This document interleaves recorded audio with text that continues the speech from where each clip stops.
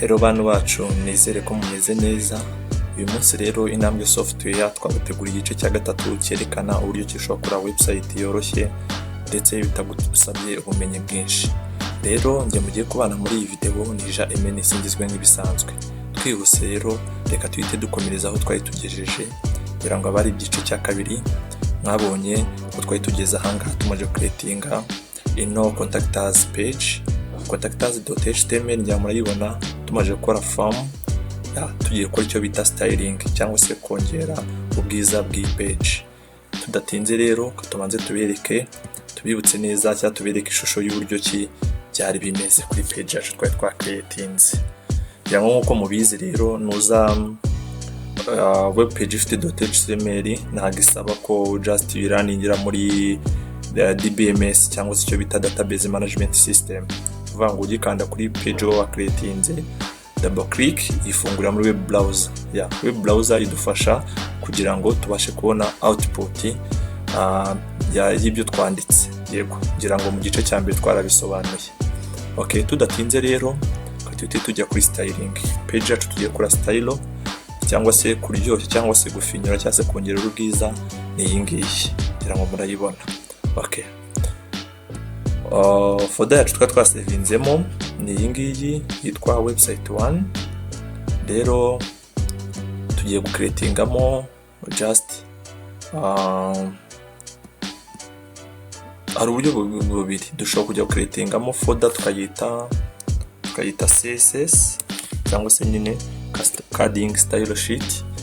Yego iyi folder yacu twamaze kuyicreatingamo tujya muri text editor yacu. Folder mwayibonye, iyi ngiyi nta kintu kirimo, niyo mpamvu ubona dukanda nta kintu kiza.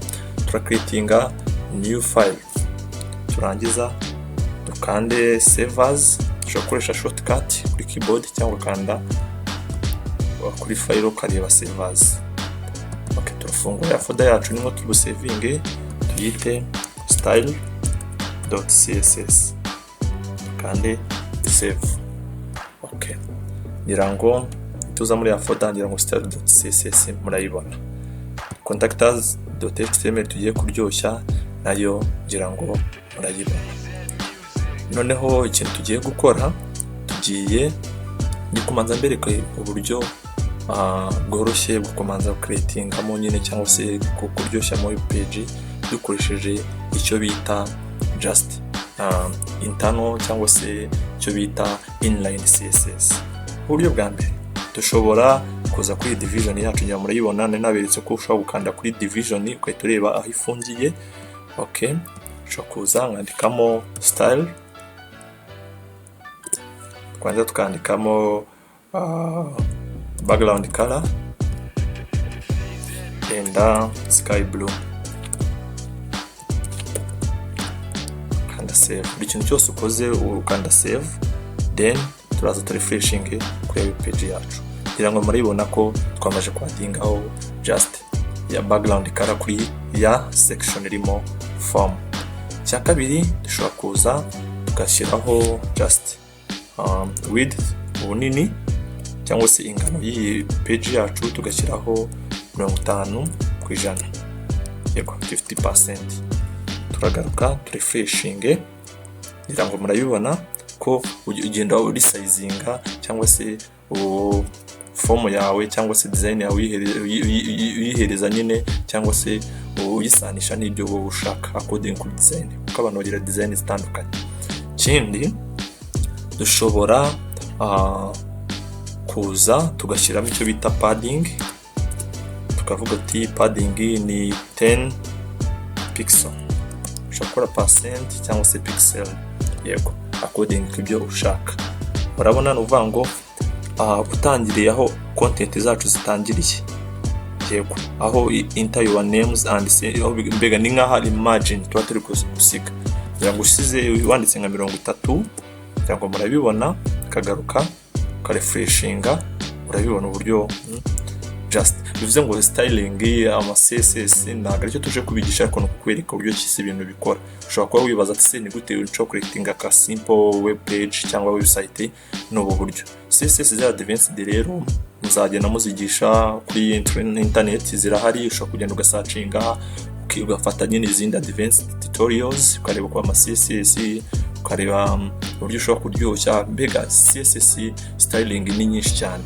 Twebwe icyo turi kubereka ni basic, ntabwo turi kujya muri advanced, sibye ko mu gihe kizaza tuzagenda tubereka advanced uburyo zikorwa kugira ngo mwabibone. Ikindi dushobora kugaruka kuri ya web page yacu ya contact us, twarangiza tugashyiraho icyo bita inside. Dushobora creatingamo another division. Okay, turaza tuyifungira hano. Iyi ngiyi niyo bita opening tag, iyi ni closing tag. Twarangiza tugahereza nayo style, tukayihereza border style to glove. Yes, vangu no kuyihereza border. Yes, border kugira ngo murayibona. Yes, border mwayibonye ko yamaje kujyaho inyuma. Ikindi dushobora kugaruka tukagera kuri ya web page yacu. Ushobora kuza ukadesigninga zino input type, ushobora kuza text area ukayongerera ubwiza, i button ukayongerera ubwiza. Yes, ushobora nko kuza ukahindura n'ibara, maybe ushobora kuza ahangaha nawe ugakreatingamo style. Murayibona style cyangwa se styling cyangwa zino CSS, zino code twandika uzandika muri opening tag ya section se cyangwa se y'ahantu ushaka nyine kudesigninga. Hanga dushobora kwandikamo background color.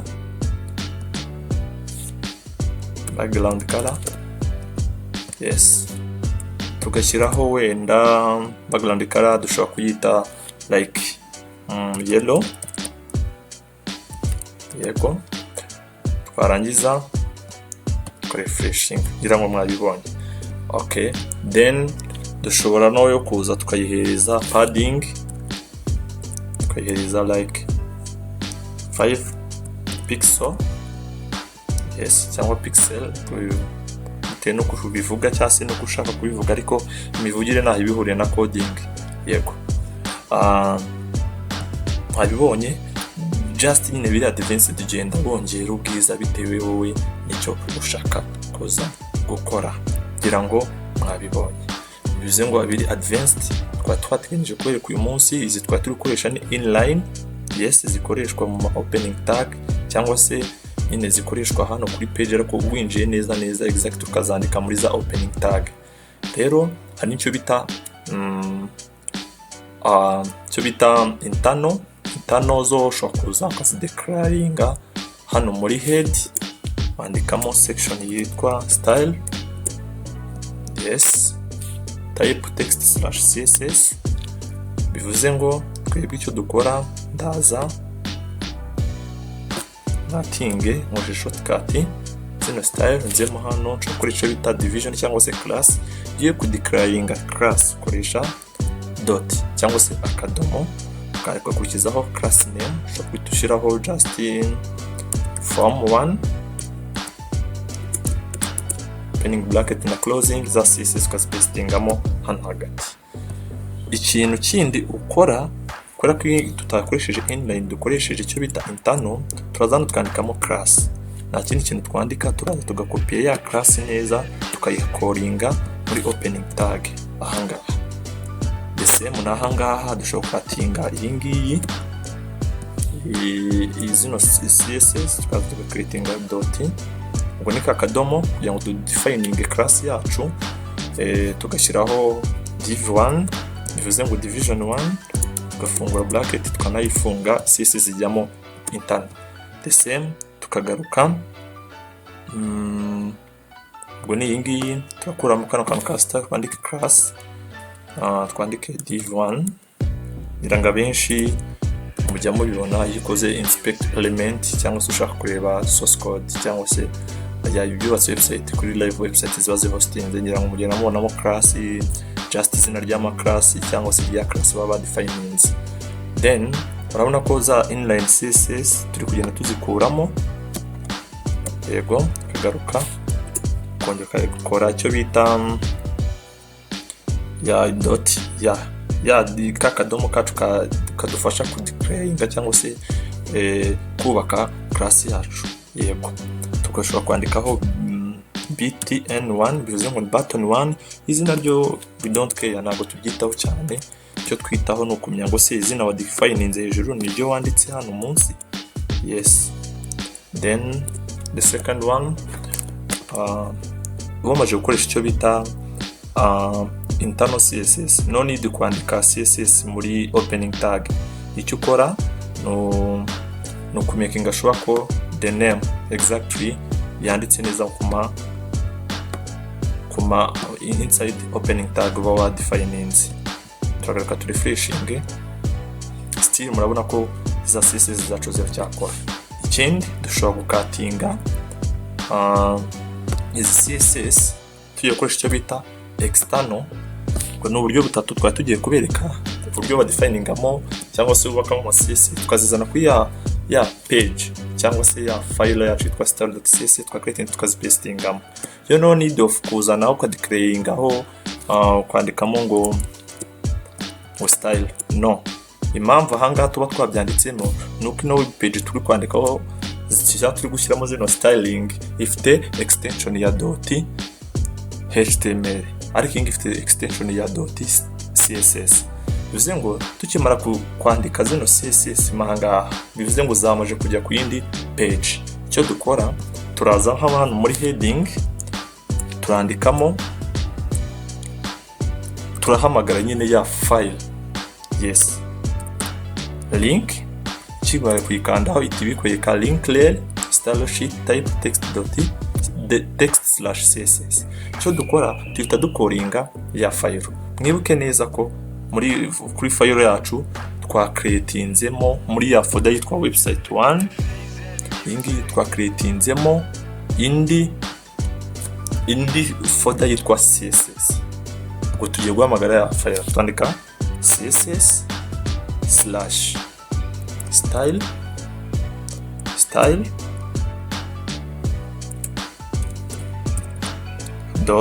.css.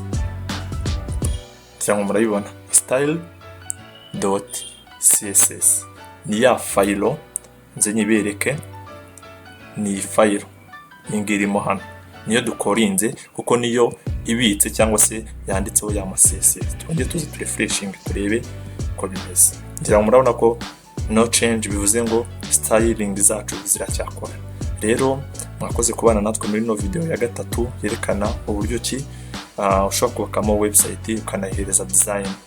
So ntuzacikwe na video yacu y'ubutaha, na video ya 4 dukomeza kwiga cyangwa se tubereka basic ku bantu bashaka kubaka ama website cyangwa se icyo bita web based application. Kubera ko kwiga ni intambwe ku yindi, gahoro gahoro nirwo rugendo. So rero ko like, kore share, kore subscribe kuri no channel y'Intambwe Software kugira ngo uzajye ubana natwe muri video tubategurira. Murakoze cyane.